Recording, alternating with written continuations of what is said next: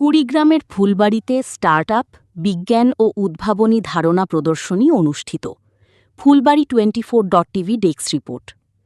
মেধা, বিজ্ঞান, উদ্ভাবনের দেশ, সবার আগে বাংলাদেশ, এই প্রতিপাদ্যকে সামনে রেখে কুড়িগ্রামের ফুলবাড়িতে শিক্ষার্থী ও শিক্ষকদের অংশগ্রহণে অনুষ্ঠিত হয়েছে startup, science project and innovation idea showcasing programme.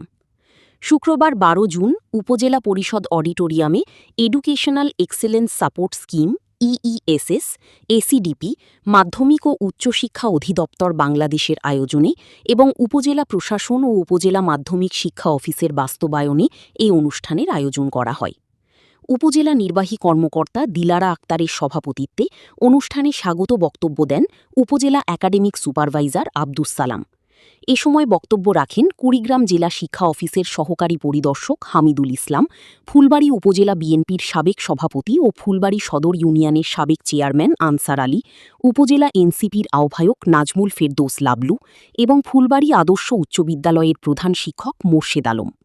অনুষ্ঠানে উপজেলার 12টি শিক্ষা প্রতিষ্ঠানের শিক্ষার্থী ও শিক্ষকরা তাদের উদ্ভাবনী ধারণা, স্টার্টআপ উদ্যোগ এবং বিজ্ঞানভিত্তিক বিভিন্ন প্রকল্প উপস্থাপন করেন। এ সময় অতিথিবৃন্দ প্রদর্শিত প্রকল্পগুলো পরিদর্শন করে সেরা 3টি প্রতিষ্ঠান নির্বাচন করেন।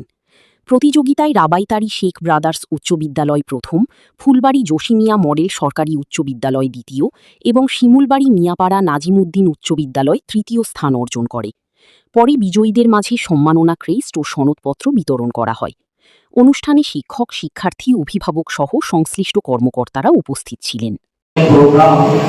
আমরা যখন উপজেলা পর্যায়ে বা আরো উচ্চতর পর্যায়ে বা জেলা বিভাগ পর্যায়ে আয়োজন করি তখন আরো বেশি শিক্ষক এবং শিক্ষার্থীর উপস্থিতি আমরা প্রত্যাশা করছি কার্যক্রমগুলোতে এঙ্গেজ রাখার জন্য।